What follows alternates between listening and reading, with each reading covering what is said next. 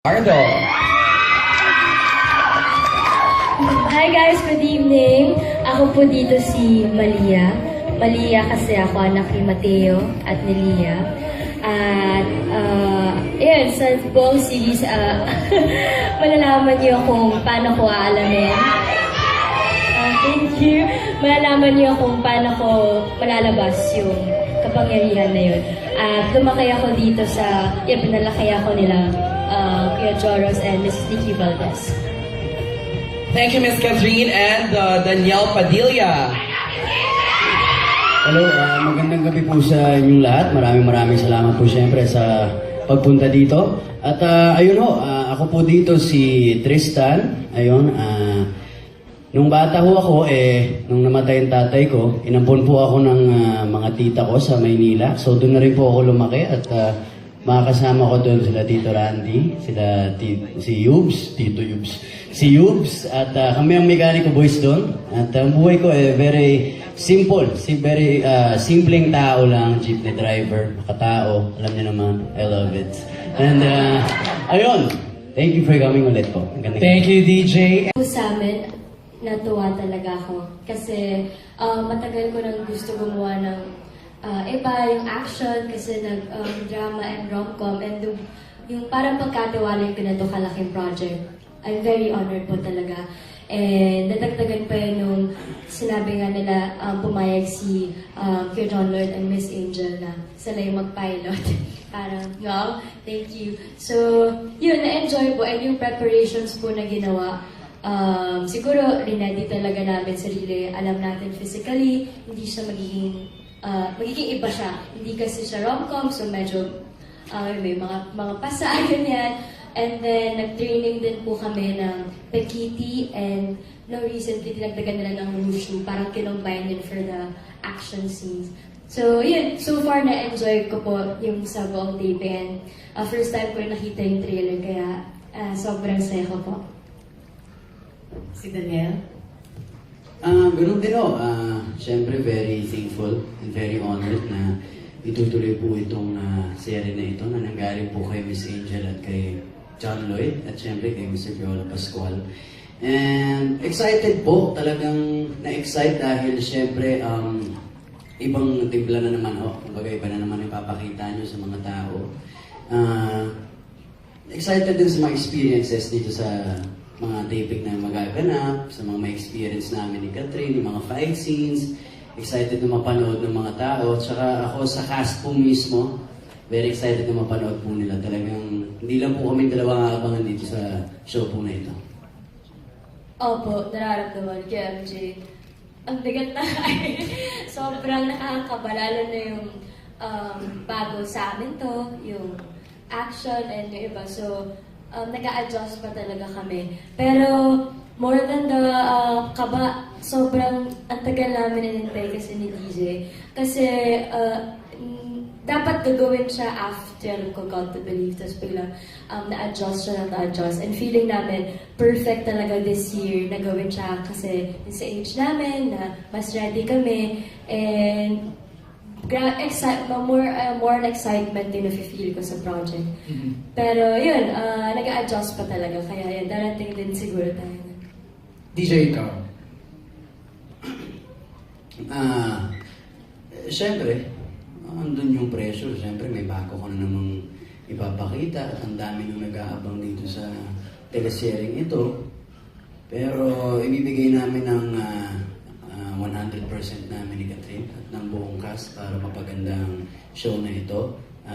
Hindi naman natin malalaman hanggang di natin sinusubukan. So, Are you doing other projects now? O ito lang kayo? ito muna. Okay, that's good. Actually, nagulat nga ako nung sinabi nila na ako yung magiging anak kasi si DJ magiging normal na tao.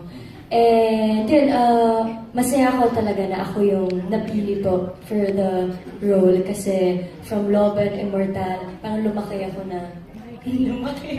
Di ba napapa naman sa yan? Aware ako kung gaano kalaki yung dalawang project na yun. And para ako mapili, kami, lahat na nandito mapili, para i-continue yung sequel na yun. Sobrang saya po. Daniel, as in pure tao ka dito o may pagka-hybrid bang? Or Or may pagka-abnormal din ako.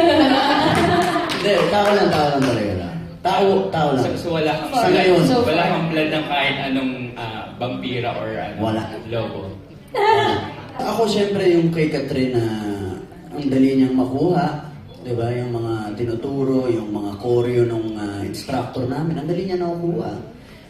Very natural. Alam mo, I'm very proud of her.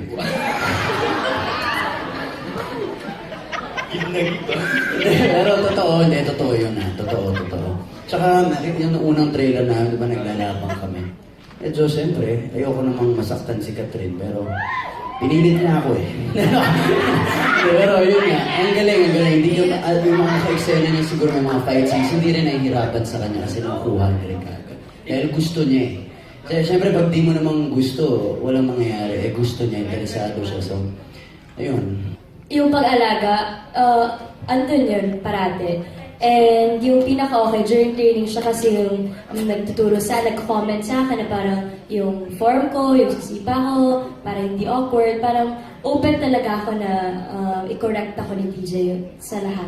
And then, ayun. In-admire mo sa kanya? Yun po, and saka mas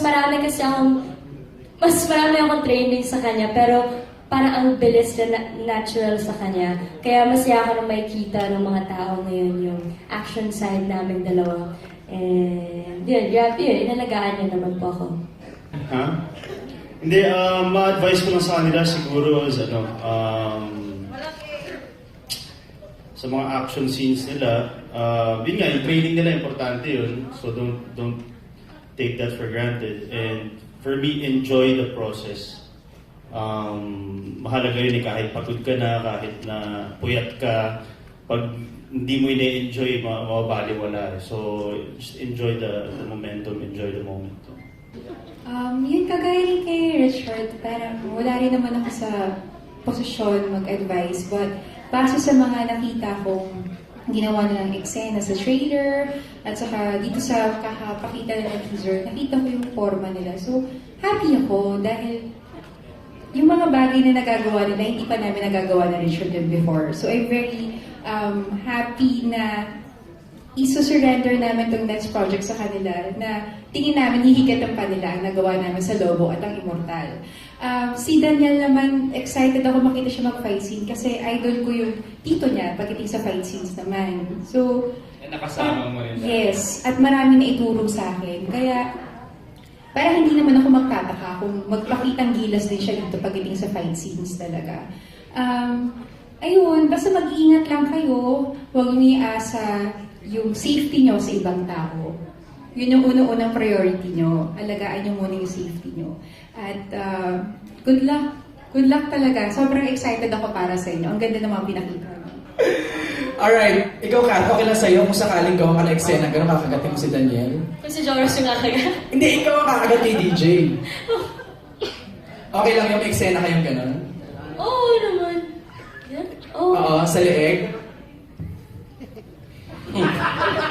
Kung may ganong, tawang-tawa? Hindi.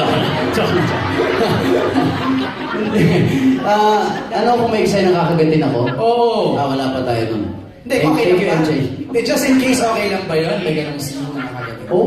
Sama doon sa pagkagat. Saan mo gusto Kagating kita dyan. Saan mo gusto pakagat? Ako sa next sana eh. Hindi tama na, MJ. Okay na. Kahapon lang, kinikwento ko nga sa tito ko na kahapon kasi nag-shoot ako sa Quiapo. Doon yung mga fight scenes. And sobrang na-enjoy ko. Sobrang enjoy yung mga fight scenes, yung mga choreo. Dahil syempre ibang experience eh. Tapos pag nagagawa mo ng tuloy-tuloy, sobrang sarap gawin. And makasama yung mga tao sa Quiapo. Syempre, yung mga tao, Jeff Rocks, lahat. Yung mga tao, lahat ng tao makikilala mo, lahat ng uri ng tao. And sobrang sarap. Nung nandun ako, mapapaisip ka talaga. Mapapaisip ka pagdating mo doon. Ano naisip mo?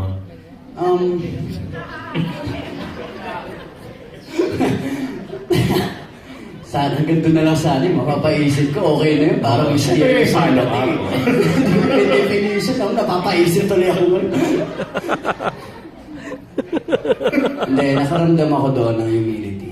Yun ang gusto kong sabihin. Wow. Totoo. Nilaliman mo, ha? Hindi, yun talaga. Yun talaga yung naramdaman ko. Talaga, bakit ka nakaramdam ng humility? Hindi, kasi doon sa... Ang ingay ni Talaga Joros. yung may kay Joros. Parang konsyensya sa likod. Huwag ka nga maingay, Joros. Naggugulo ka eh. Hindi, pero hindi, yun nga. Oo. Yun yung mararamdaman mo dun sa lugar na yun. Saka, syempre, ngayon na lang din ako nakapunta doon. Di ba? Parang... First time Sarap, mo? sarap. Ha? Hindi. Hindi naman. Hindi. Sabi ko, ngayon na lang ulit ako nakabalik doon sa Okay. lugar na yun. Doon ako bumibili ng jersey ko dati pag may liga. Yan. Ah, talaga Alam mo yun, ba? babalikan mo yung ganun lugar after ilang taon. So, sarap. Wow. Pero later on, magiging parang, direct, di ba parang magiging vampire slayer siya? Parang gano'n yung peg, bilang pinatay. Ayun, actually, ngayon pa lang, ganun na si Tristan. Ganun na si Tristan talaga. Bad trip siya sa vampira. Oo, bilang pinatay yung tatay niya, di Yes, ba? yes. Nakita niyang pinatay yung tatay niya ng mga vampira.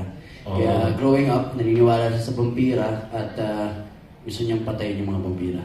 So looking forward ka ba sa inyong pagtatagpo nung yung supremo ng mga vampira, yung Richard?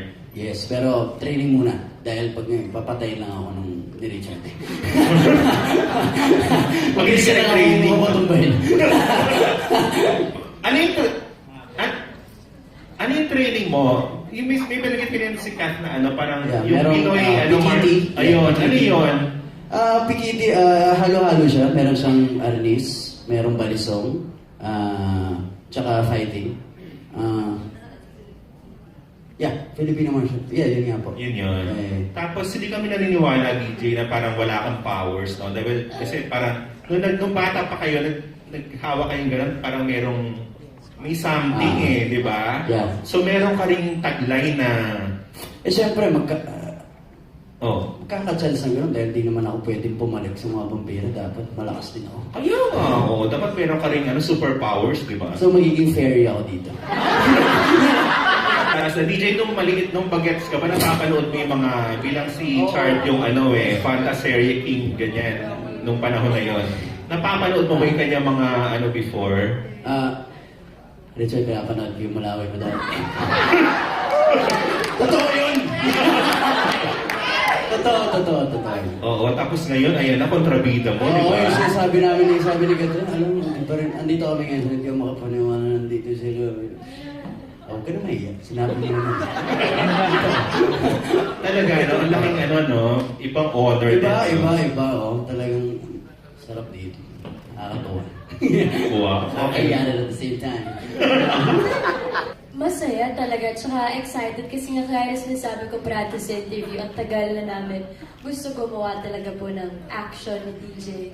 Pero yun siguro yung naging challenge kung paano mo gagawin yung action kasi i-memorize mo yung parang mga choreography ng suntukan pero at the same time yung emotion.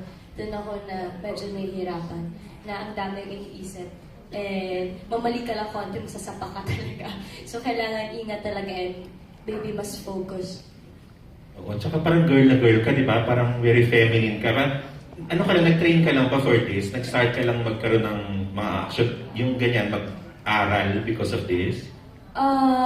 Before nag-Muay Thai, pero ginagawa ko siya hindi para dito, parang as exercise. Tapos nagkataon yung sinabi po to. So, yun, dun po nag-training and yun, nag-gym po. Wow. So, ano na yung katawan mo ngayon? Batak na sa gym? Hindi pa rin. Hindi pa rin po. Pero handa ka na sa mga action-action? Kailangan maging handa. Ako, syempre, kahagatin mo yung tao na mahal mo para Name it! Ano yung name, Catherine? Isa mo yung tanong, Val. Ako na lang. Ako na sasagot. Hindi, ikaw sino Okay. gusto Ako na ba? hagatin mo? Okay. Hindi. Ako, syempre, tatanungin ko muna kung Oo, kung gusto nyo bang mabuhay habang buhay. Siyempre, yung mga tao, hindi naman lahat gusto Sample. mabuhay habang buhay. Sample. Pero gusto mo bang kagating kita? Gusto mo ba ako makasama habang buhay? Sagot! Medyo na, ano rin ako doon, nadiri ako doon Ayun, hindi, tsaka siyempre, yung pamilya ko para magkasama kami habang buhay. Tsaka si Tita Min, tatanungin ko din kung gusto niya. Kami, gusto mo ba kagating kita? Tita Min. Na talaga. June 19 na po, La Luna Sangre, directed by Direk Cathy Garcia Molina and Richard Arellano. Sana po, supportahan na. Thank you. TJ? Magandang salamat po ulit sa lahat ng pumunta ngayong gabi. Sana ho ay nag-enjoy kayo. At sa lahat ng press, maraming salamat po sa mga katanungan ninyo at sana po nakuha niyo ang mga sagot na gusto ninyo. Galing mo nga sumagot eh. Ha? Galing mo sumagot. Dave. Tsaka, ayun, sana abangan niyo po June 19 ang La Luna Sangre. Thank you very much.